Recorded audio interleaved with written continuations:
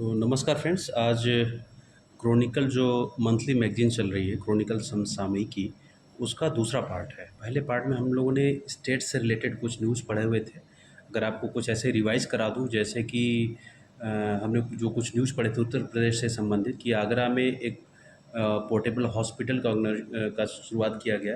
ये पहल Indian air force के द्वारा एक तरीके की अपनी एक अनूठी और पहली पहल थी।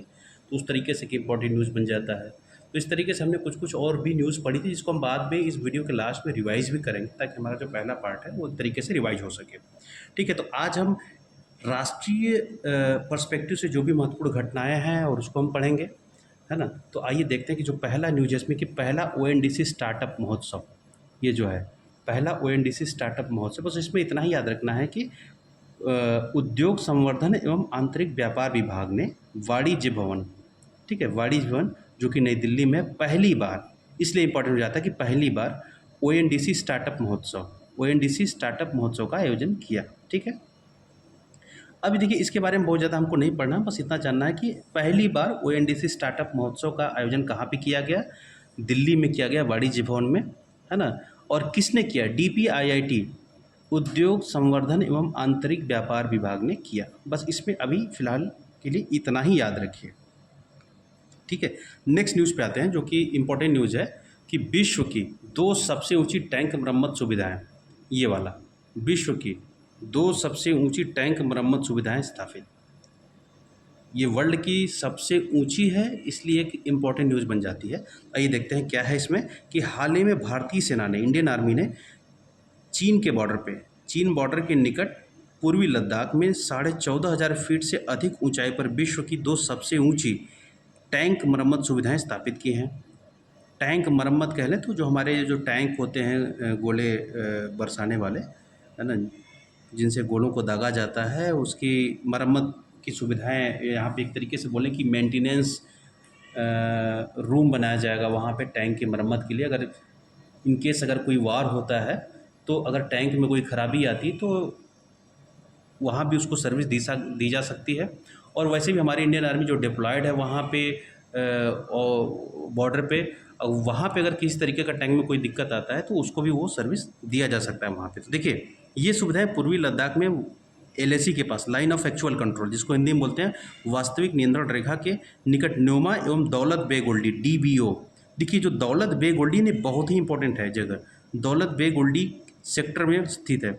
ठीक है, तो ये सुविधाएं एलएसी और दौलत बेग ओल्डी सेक्टर में स्थित है। तो दौलत बेग ओल्डी, ये आपका एक होमवर्क है कि दौलत बेग ओल्डी क्या है और ये सामरिक दृष्टि से महत्वपूर्ण क्यों है। ठीक है, Daulat Beg Oldie strategic point of view से इंपॉर्टेंट क्यों है। डीबीओ, आप ये गूगल कर लीजिएगा, दौलत बेग ओल्डी फ्रेंड्स, और ये आपको एक बहुत ही अच्छी जानकारी इस पर मिलेगी। ठीक है, देखिए जो जो चीज़ें मैं आपको बता रहा हूँ होमवर्क के लिए, वो आप प्लीज़ करते जाइए। ठीक है, ये कहीं न कहीं बहुत ही इंपॉर्टेंट है। तो दौलत बेग ओल्डी सेक्टर में स्थित है, ये इंपॉर्टेंट है, दौलत बेग ओल्डी आप गूगल कर लीजिएगा। ठीक है, तो ये हमने पता चला कि विश्व की 2 सबसे ऊंची टैंक मरम्मत सुविधाएं कहाँ पे, एक एलएसी में है, एक दौलत बेग ओल्डी सेक्टर में स्थित है। और ये कहाँ पे, इंडिया चाइना के बॉर्डर पे है, ईस्टर्न लद्दाख में है। भारतीय सेना ने ये व्यवस्था सारी करवाई है ताकि उसके टैंक को मरम्मत किया जा सके वहाँ पे। ठीक है, अब आइए थोड़ा सा और आगे पढ़ लेते हैं इसके बारे में डिटेल, कि भारतीय सेना उच्च ऊंचाई वाले क्षेत्रों में, जहां सर्दियों में तापमान बेहद कम होता है, T-90 और T-72 टैंक एवं K9 व्रज स्वचालित हॉवित्जर आदि को रखने के लिए बड़े पैमाने पर बुनियादी ढांचे का निर्माण कर रही है।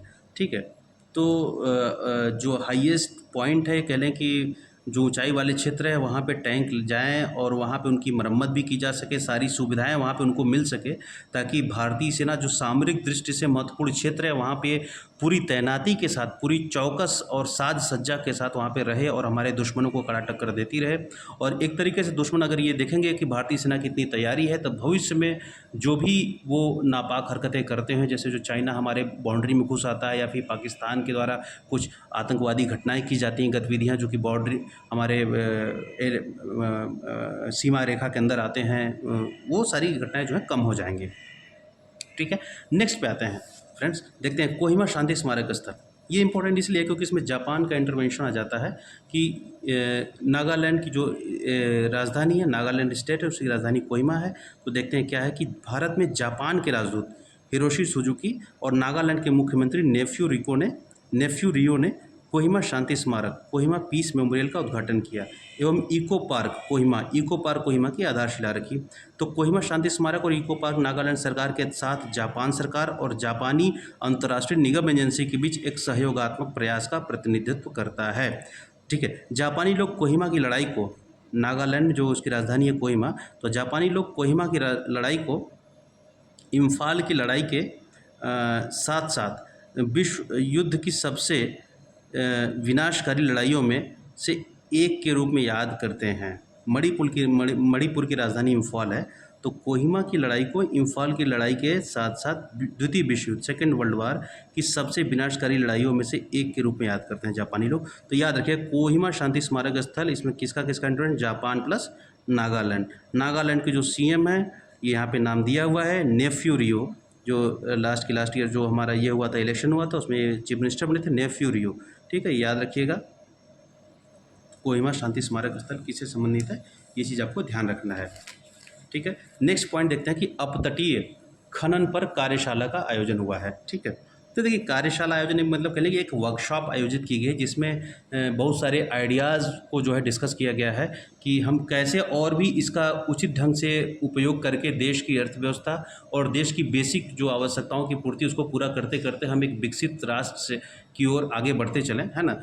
तो देखिए आगे ये इसमें क्या क्या बातें कहेंगी कि खान मंत्रालय द्वारा नई दिल्ली में ऑफशोर माइनिंग पर एक दिवसीय कार्यशाला का आयोजन किया गया।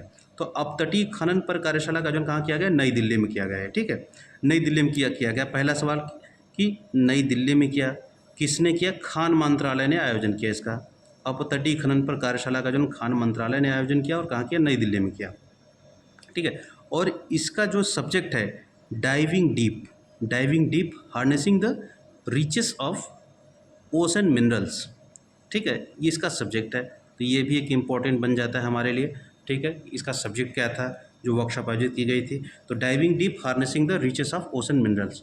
ठीक है, अब इसमें देखते हैं कि कार्यशाला में केंद्र सरकार के अन्य मंत्रालयों तथा विभागों द्वारा विभिन्न राज्य सरकारों के अधिकारियों, सरकारी संगठनों, सार्वजनिक उपक्रमों तथा खनन कंपनियों के सदस्यों और उद्योग संघ से जुड़े लोगों ने भी भाग लिया था। ठीक है, तो स्टेट गवर्नमेंट और सेंट्रल गवर्नमेंट जितने भी लोग हैं उस फील्ड से रिलेटेड, उस विभाग से संबंधित सारे लोगों ने भाग किया और कुछ विचार विमर्श किए। तो इसमें देखिए क्या क्या कुछ जो पॉइंट निकल के आए कि खान मंत्रालय ने बताया कि चूना मिट्टी, पॉलीमेटेलिक नोड्यूल, कोबाल्ट और निकल जैसे महत्वपूर्ण खनिज जो होते हैं इनको पॉलीमेटेलिक नोड्यूल बोलते हैं, और निर्माण कार्य में इस्तेमाल होने वाले रेत के खनन के लिए भारत के विशेष आर्थिक क्षेत्र में कुछ पहचाने गए अपतटीय खनिज ब्लॉकों की नीलामी की जाएगी। ठीक है, तो अपतटीय जो खनिज ब्लॉक हैं उनकी नीलामी की जाएगी और उसके लिए सारी स्टेट गवर्नमेंट और सेंट्रल एजेंसियां जो है वो रेडी होंगी, उसके लिए प्रॉपर गाइडलाइन आएगी जिसके तहत ये सारी चीज़ें की जाएंगी। तो फिलहाल इस हमें इतना ध्यान रखना है कि अपतटीय खनन पर कार्यशाला का जो आयोजन हुआ वो नई दिल्ली में हुआ है, पहला चीज़। और दूसरा चीज़ आपको ये ध्यान रखना है कि इसका जो सब्जेक्ट है deep diving harnessing the riches of ocean minerals है। और तीसरा चीज़ किसने किया, खान मंत्रालय ने इसको लीड किया है। ठीक है, तो खान मंत्रालय, नई दिल्ली और deep diving harnessing the riches of ocean mineral अपतटीय खनन पर कार्यशाला का आयोजन किया गया है। ठीक है, नेक्स्ट जो हमारा करंट अफेयर है उस पर हम लोग आते हैं। देखिए रन फॉर सन मैराथन, यह है रन फॉर सन मैराथन। ठीक है, देखते हैं इसमें क्या है कि मई में ही अंतर्राष्ट्रीय सूर्य दिवस इंटरनेशनल सन डे के अवसर पर, तो 3 मई को क्या होता है, इंटरनेशनल सन डे होता है ना। तो इसी अवसर पर नई दिल्ली के जवाहरलाल नेहरू स्टेडियम में रन फॉर सन मैराथन का आयोजन किया गया था। ठीक है, और इस आयोजन को किसने किया, नवीन एवं नवीकरणीय ऊर्जा मंत्रालय ने इसका आयोजन किया, नवीन एवं नवीकरणीय ऊर्जा मंत्रालय। अब आपका फ्रेंड्स होमवर्क ये है कि इसके मिनिस्टर कौन है। अभी नई कैबिनेट बनी है तो आपको ये होमवर्क है, इसके मिनिस्टर कौन है। ठीक है, नवीन एवं नवीकरणीय ऊर्जा मंत्रालय ने इस रन फॉर सन मैराथन का आयोजन किया हुआ था। ठीक है, इस मैराथन में 3 किलोमीटर और 5 किलोमीटर की दौड़ शामिल थी। ठीक है, तो ये क्या है कि एक तरीके से सोलर स्टॉप्स विभिन्न प्रकार के तत्वों वाले कियोस्क हैं जो सौर ऊर्जा के महत्व को सामने लाते हैं। तो देखिए सोलर एनर्जी क्या होता है कि एक रिन्यूएबल एनर्जी है, नवीकरणीय ऊर्जा है। तो उसको हम किस तरीके से अपने डेली के रूटीन में उसको कैसे हम यूटिलाइज़ करेंगे, एक तरीके से अवेयरनेस फैलाने का तरीका होता है विभिन्न मंत्रालयों का, विभागों का या सरकार का। तो ये एक मैराथन किया गया। अब उस मैराथन में अगर आप जाएँगे तो वहाँ पे देखेंगे कि बहुत सारे बैनर लगे होंगे जिसमें नवीकरणीय ऊर्जा के महत्व को समझाया गया है और सूर्य की एनर्जी को और कैसे-कैसे हम अपनी डेली लाइफ में यूज़ कर सकते हैं, ताकि हमारी जो नॉन रिन्यूएबल एनर्जी पे डिपेंडेंसी है, वो कम होकर नवीकरणीय ऊर्जा पे डिपेंडेंसी बढ़ती जाए, ताकि हम एक तरीके से विकसित राष्ट्र की ओर कदम बढ़ाएँ। ठीक है? तो ये एक तरीका है। तो रन फॉर सन मैराथन हमको क्या याद रखना है इसमें कि 2-3 चीज़ याद रखनी। नवीन एवं नवीकरणीय ऊर्जा मंत्रालय ने इसका आयोजन किया। 3 मई को हुआ, जो कि किस दिन होता है? इंटरनेशनल सन डे मनाया जाता है उस दिन। और कहाँ पे किया गया ये? नई दिल्ली के जवाहरलाल नेहरू स्टेडियम में किया गया। ये है। देखिए एक और इम्पोर्टेंट न्यूज़ है कि भारत की पहली वाणिज्यिक स्टैंड अलोन बैटरी ऊर्जा भंडारण प्रणाली, पहली है, वाणिज्यिक है और बैटरी ऊर्जा भंडारण प्रणाली है। तो जिससे पता ही चल रहा है कि ये फर्स्ट अपने आप में कमर्शियल है और बैटरी में कुछ एनर्जी स्टोर की जाएगी ताकि लोगों को दिया जा सके कुछ पैसे पे यूज़ करने के लिए। ठीक है? तो आगे देखते हैं क्या है कि दिल्ली विद्युत नियामक आयोग ने भारत की पहली वाणिज्यिक स्टैंड अलोन बैटरी ऊर्जा भंडारण प्रणाली परियोजना को विनियामक मंजूरी प्रदान की। इस परियोजना का लक्ष्य बिजली की गुणवत्ता में सुधार करना और 12,000 से अधिक कम आय वाले उपभोक्ताओं के लिए 24/7 विश्वसनीय बिजली सक्षम करना है। तो उनको 24 घंटे विश्वसनीय बिजली मिले, इसका ये लक्ष्य है। ठीक है? तो अब इसमें देखिए global energy alliance for people and planet उभरती एवं विकसित अर्थव्यवस्थाओं की सरकारों और प्रौद्योगिकी नीति और वित्त पोषण विभाग भागीदारियों का एक गठबंधन है। तो इसमें यही बोला गया कि किसका किसका ये परियोजना किसमें कौन कौन इसमें पार्टिसिपेट कर रहा है इस परियोजना में। तो BSES राजधानी पावर लिमिटेड BRPL द्वारा इंडिया ग्रिड ट्रस्ट और global energy alliance for people and planet के साथ साझेदारी में की जा रही है। तो आपको बस इतना ही ध्यान रखना है कि भारत की पहली वाणिज्यिक स्टैंड अलोन बैटरी ऊर्जा भंडारण प्रणाली आ गई है, इसको विनियामक मंजूरी प्रदान कर दी गई है। ठीक है? और किसने किया है? दिल्ली विद्युत नियामक आयोग ने भारत की पहली वाणिज्यिक स्टैंड अलोन बैटरी ऊर्जा भंडारण प्रणाली परियोजना को विनियामक मंजूरी प्रदान कर दी है। ये एक इम्पॉर्टेंट पॉइंट है। नेक्स्ट पे आते हैं। देखिए ये सब चीज़ें जो ये एक न्यूज़ है, ये भी एक इंटरेस्टिंग न्यूज़ है कि भारतीयों के लिए संशोधित आहार निर्देश। आप कभी कभी फ्रेंड्स जाते हैं तो प्राइमरी स्कूल में देखते हैं कि लिखा रहता है कि बच्चों को क्या क्या किस दिन क्या क्या दिया जाएगा भोजन, और उस भोजन में प्रोटीन की कितनी मात्रा होगी। तो ऐसा नहीं कि टीचर ने अपने मन से लिखवा दिया है, एक सरकार की गाइडलाइन होती है जिसके तहत ये सारी चीज़ें लिखी जाती हैं। और सरकार जो बेसिक नीड्स है अपने देश के भविष्य कौन से होते हैं, जो यूथ हैं और जो बच्चे हैं वो भी वही अपने देश के भविष्य हैं। अपने देश को विकसित राष्ट्र बनाने में वो उनका बहुत बड़ा योगदान होने वाला है। तो सरकार इन सब चीज़ों के को ध्यान में रखते हुए जो बच्चे शिक्षा ग्रहण करने आते हैं प्राथमिक विद्यालय में, उनके लिए सुनिश्चित करती है कि उनके पोषक तत्व की जो आपूर्ति हो और वैज्ञानिक तरीके से सुनिश्चित करे सरकार। तो इस तरीके से जो पूरा मेन्यू बनाया जाता है कि सोमवार से लेके शनिवार तक उनके लिए भोजन में क्या क्या दिया जाएगा और वो देने का रीज़न क्या है कि उसमें कितना पोषण है, क्या है मात्रा, सारा ही सब कुछ डिसाइड होती है, एक टेबल बना होता है। ठीक है? इसी लाइन पे देखिए कि भारतीयों के लिए संशोधित आहार दिशा निर्देश दिया जाता है कि राष्ट्रीय पोषण संस्थान, ठीक है, ने भारतीय आयुर्विज्ञान अनुसंधान परिषद, Indian council of medical research जिसको बोलते हैं ICMR के सहयोग से, तो राष्ट्रीय पोषण संस्थान और Indian council of medical research दोनों ने मिल के आवश्यक पोषक तत्वों की आवश्यकताओं को पूरा करने के लिए गैर संचारी रोगों को, नॉन कम्युनिकेबल डिसीजेज़ को रोकने के उद्देश्य से भारतीयों के लिए संशोधित आहार दिशा निर्देश जारी किए हैं। तो देखिए राष्ट्रीय पोषण संस्थान और Indian council of medical research ICMR दोनों ने मिल के हमारे देश के लोगों में कोई डिसीज़, गैर संचारी रोग ना फैले, तो उसको रोकने के लिए, गैर संचारी रोगों को रोकने के लिए उनके खाद्य पदार्थ की आपूर्ति कैसे होनी चाहिए, उनको क्या क्या खाना चाहिए, किस तरीके से भोजन कितना लेना चाहिए, वो एक लिस्ट बनाई है ना। तो इसमें एक गाइडलाइन बनाया हुआ है इंडियंस के लिए। तो इस दिशा निर्देशों के अनुसार 56% से अधिक गैर संचारी रोग आहार से जुड़े होते हैं। ठीक है? तो 56% से अधिक जितने भी गैर संचारी रोग हैं वो जुड़े हैं आहार से, मतलब जो हम खाना खाते हैं। और इसमें यह भी कहा गया है कि चीनी कुल ऊर्जा सेवन का 5% से कम होनी चाहिए। तो चीनी का केवल सेवन हमको कम करना चाहिए। तो ज़ाहिर सी बात है फ्रेंड्स, आपको पता है कि चीनी ज़्यादा खाएंगे तो शुगर हो जाता है, उससे और भी बीमारियाँ होती हैं। तो कुल ऊर्जा सेवन का, और चीनी में क्या होता है, ग्लूकोज होता है, ग्लूकोज से एनर्जी मिलती है, ऊर्जा मिलती है। तो इसमें यह भी कहा गया कि चीनी कुल ऊर्जा सेवन का 5% से कम होनी चाहिए।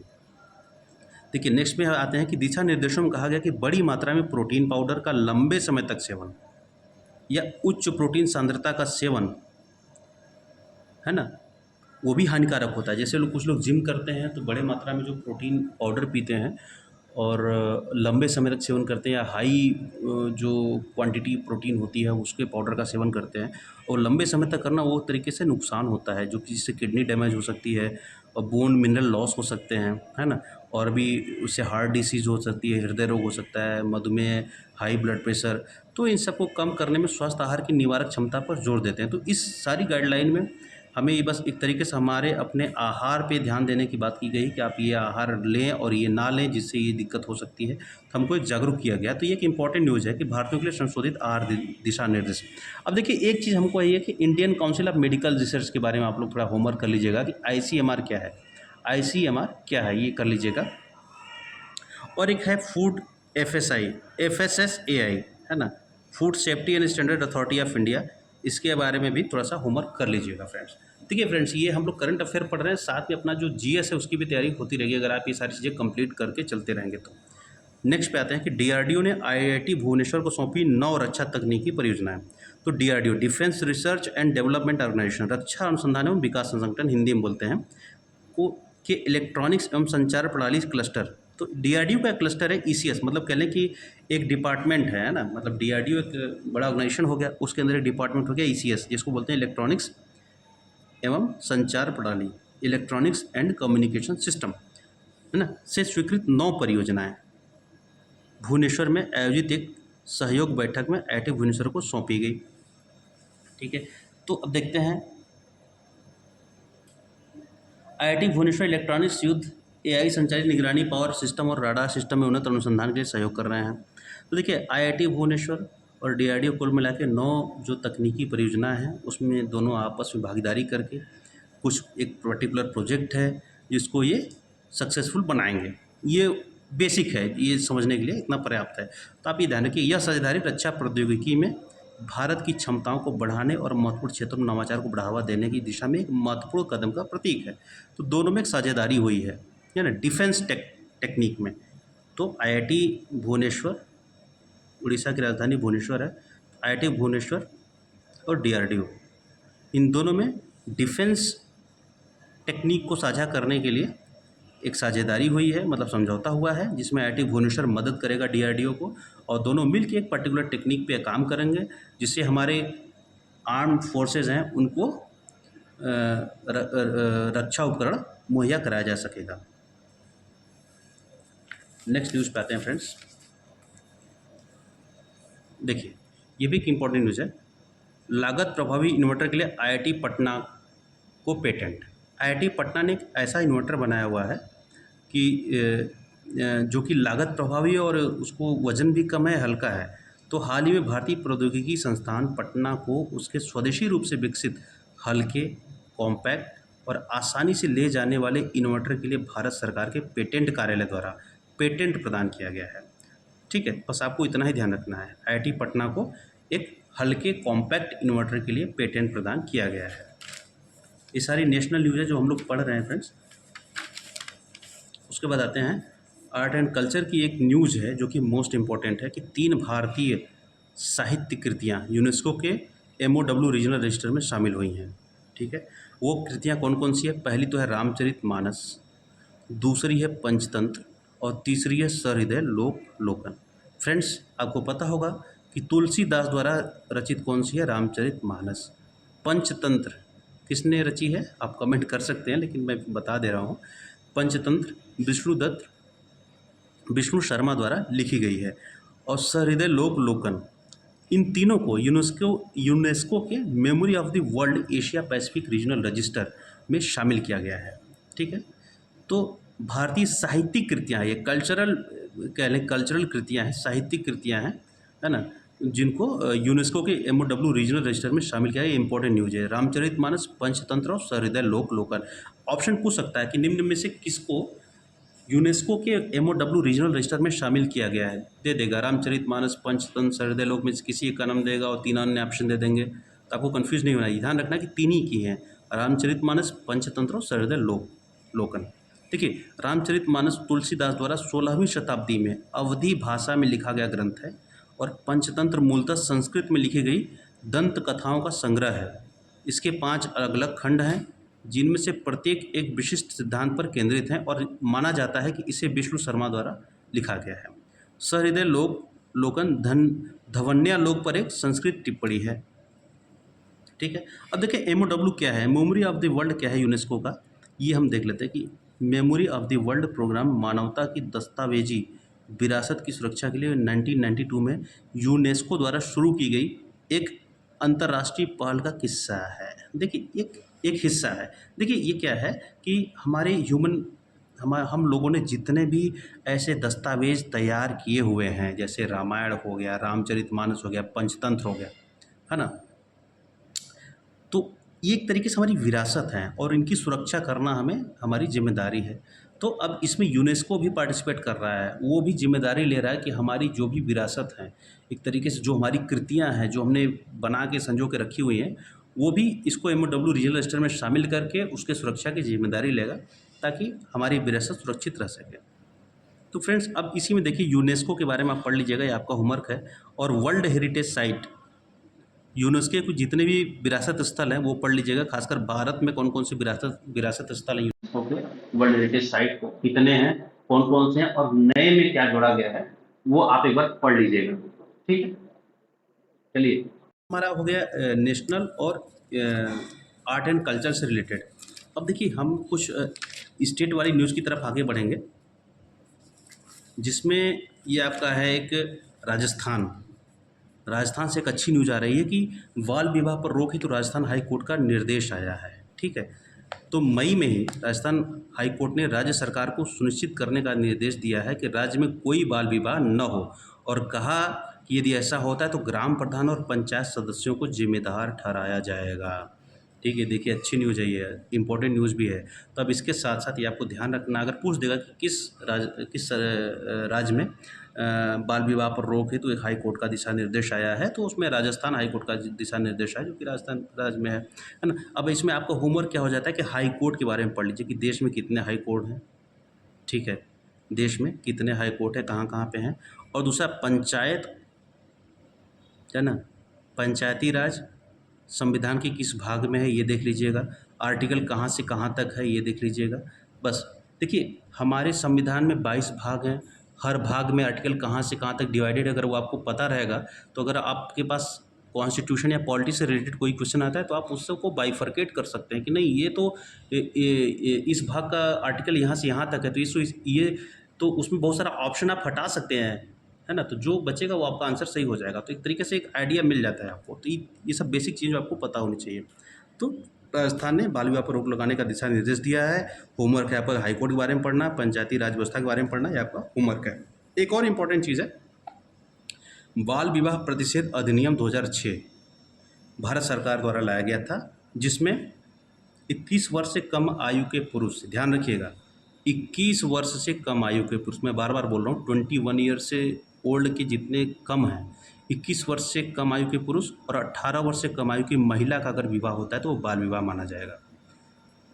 तो मिनिमम जो आयु है महिलाओं के विवाह के लिए 18 वर्ष और पुरुषों के विवाह के लिए 21 वर्ष है। अगर उससे कम में है तो बाल विवाह माना जाएगा। और इस अधिनियम के तहत, इस अधिनियम की धारा 11 में बाल विवाह को बढ़ावा देने अनुमति देने के लिए सजा का प्रावधान है। तो बाल विवाह प्रतिषेध अधिनियम 2006 की बात करें तो इसकी धारा 11 में अगर बाल विवाह होता है तो उसके लिए सजा का प्रावधान किया गया है। तो फिर से मैं बोलता हूँ, बाल विवाह प्रतिषेध अधिनियम जो 2006 में आया, उसमें महिलाओं के लिए न्यूनतम जो उम्र है शादी का वो है आपका 18 साल और पुरुषों के लिए 21 साल। ये सब स्टेट से रिलेटेड न्यूज़ हो गई। देखिए एक और न्यूज़ हम लोग पढ़ते हैं जो कि हमको थोड़ी अच्छी लगी है कि पिरूल लाओ पैसे पाओ, ये उत्तराखंड की न्यूज़ है। पिरूल किसको बोलते हैं? चीड़ के पेड़ की पत्तियों को पिरुल बोलते हैं। और ये चीड़ की जो पिरुल होता है, मतलब चीड़ के जो पेड़ होते हैं उनकी पत्तियाँ जो होती हैं, चीड़ की पत्तियाँ, उनको पिरुल बोलते हैं। और ये काफ़ी मतलब ज्वलनशील होती हैं, इनकी ज्वलनशील क्षमता बहुत ज़्यादा होती है। तो इतनी ज़्यादा होती है कि सरकार क्या बोल रही है कि आप पत्ते लाओ और उस पत्तों का इस्तेमाल हम करेंगे बिजली बनाने में। उन पत्तों का इस्तेमाल बिजली पैदा करने में किया जाएगा। फ्रेंड्स, कैसे बिजली पैदा की जाएगी? उन पत्तों को जलाया जाएगा, अत्यधिक ज्वलनशील होती हैं, तो उस ज्वलनशील में क्या होती है, उसके भाप निकलते हैं, तो उस भाप को एक पाइप से पास करा के एक जनरेटर को चलाया जाएगा। तो जैसे ही भाप से पाइप पास होगी, जनरेटर का पंखा घूमेगा और बिजली पैदा कर देगा जनरेटर। तो कुल मिला के पत्ती जल रही है, उधर जनरेटर घूम रहा है और बिजली पैदा हो रही है। तो इस तरीके से आपका पिरुल की पत्तियों से बिजली पैदा करने का संकल्प लिया है उत्तराखंड के मुख्यमंत्री ने, ठीक है, उत्तराखंड की सरकार ने। तो उनका योजना है कि पिरुल लाओ पैसे पाओ।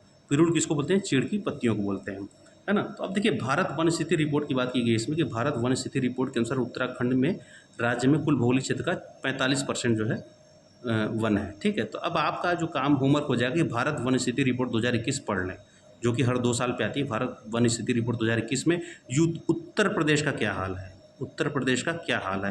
देखिए फ्रेंड्स, मैं इस वीडियो में जो होमवर्क दे रहा हूँ उसको तो आप पढ़िए ही, और साथ में करंट अफेयर भी पढ़ते रहिए। आपकी एक बहुत कॉम्प्रिहेंसिव तैयारी हो जाएगी इस तरीके से, मतलब एक कवरेज आपको मिलता जाएगा हर चीज़ का। तो भारत वन स्थिति रिपोर्ट आप पढ़िए, उसमें उत्तर प्रदेश का क्या हाल है वो पढ़ लीजिए, और पूरे देश में वन का कितना आच्छादन है, कितना होना चाहिए, है ना, 1/3 होना चाहिए, तो अभी कितना है और कितना अचीव करना बाकी है, वो सारी चीज़ें उसमें दी गई हैं।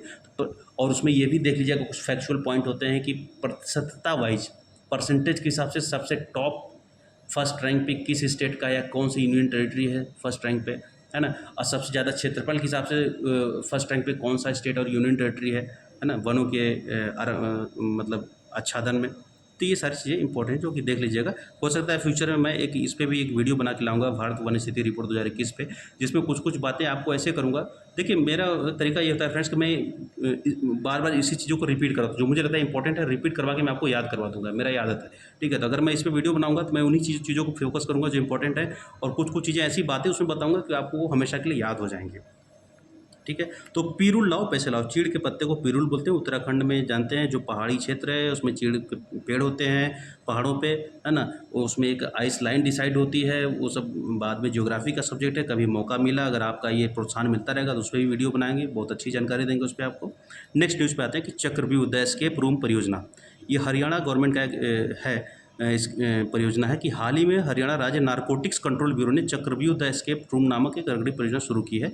इस परियोजना का मुख्य उद्देश्य किशोरों को मादक पदार्थों की लत से दूर रखना है। बस इतना रखें कि चक्रव्यूह द एस्केप रूम, जो नशे खोरी की जो लत है यूथ में, उसको हटाने के लिए, उसको दूर रखने के लिए ये स्कीम लाई गई है। हरियाणा गवर्नमेंट और नारकोटिक्स कंट्रोल ब्यूरो ने ये स्कीम लाए हैं। देखिए, एक और न्यूज़ है गुजरात से आ रही कि कच्छ के अजरक को भौगोलिक संकेत जीआई टैग मिला हुआ है। अजरक, जैसे देखिए जो बेडशीट होता है फ्रेंड्स, एक बेडशीट जो हमारा चादर होता है जो हम तखत और उस पर बिछाते हैं, तो एक बेडशीट की तरह की एक कपड़ा होता है अजरक, जो कि गुजरात में बनाया जाता है। तो अगर आप गूगल करेंगे तो आपको पता चलेगा कि अजरक कैसे बनता है।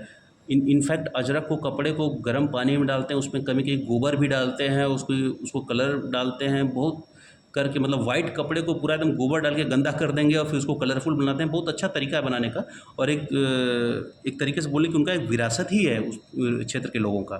तो उस कच्छ के अजरक को जीआई टैग मिला है, ठीक है। तो पढ़ लीजिएगा, इंपॉर्टेंट न्यूज़ है। कच्छ के अजरक को जीआई टैग मिला है। अजरक क्या होता है मैंने बता दिया, बेसिक चीज़ें कि एक तरीके का कपड़ा होता है, जो शिल्प है, जो गुजरात के सांस्कृतिक ताने बाने से संबंधित है ना। नेक्स्ट न्यूज आते हैं कि पुणे में संविधान पार्क का उद्घाटन किया गया है। पुणे में संविधान पार्क का उद्घाटन किया गया। महाराष्ट्र के पहले संविधान उद्यान का उद्घाटन पुणे में किया गया है। इस पार्क को भारतीय सेना और पुनीत बालन ग्रुप द्वारा संयुक्त रूप से विकसित किया गया है। बस आपको इतना ही ध्यान रखना है इसमें। देखिए, नॉर्थ ईस्ट से एक अच्छी न्यूज़ आ रही है। स्कूल ऑन व्हील्स पहल, मणिपुर की राज्यपाल अनुसुईया उइके। अगर आपको पता है कि अभी कुछ महीने पहले जो है हमारा नॉर्थ ईस्ट काफ़ी उथल पुथल से गुजर रहा था, तो उन्हीं सब चीज़ों को ध्यान में रखते हुए गवर्नमेंट ने स्कूल ऑन व्हील्स पहल की शुरुआत की है।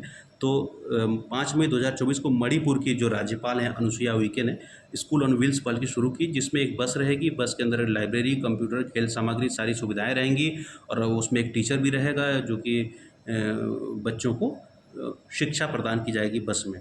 तो जो अलग-अलग कैंप लगे हैं, 320 राहत शिविर वर्तमान में मणिपुर में सरकार चला रही है, जिसमें लगभग 18,000 छात्र भी रह रहे हैं उन राहत शिविरों में। तो उन सारे छात्रों को स्कूल ऑन व्हील्स, मतलब बस घूम-घूम के ये पढ़ाई-लिखाई सारी व्यवस्थाएँ दी जाएँगी। एक तरीके से जो मिनी स्कूल टाइप का होगा, वो सारी व्यवस्था दी जाएगी। बच्चों की शिक्षा, खेल, सब कुछ। उसमें अध्यापक भी रहेंगे जो कि पढ़ाएँगे। तो फ्रेंड्स, ये रहा हमारा आज का करंट अफेयर। कोशिश करेंगे कि नेक्स्ट पार्ट में हम और भी चीज़ें कवर करेंगे। तब तक के लिए आप एक पेशेंस बनाए रखें, मैं नेक्स्ट पार्ट जल्दी लाऊँगा। बस आपसे एक रिक्वेस्ट है कि आप इस वीडियो को लाइक, शेयर और सब्सक्राइब करें friends. Thank you so much. जय हिंद, जय भारत।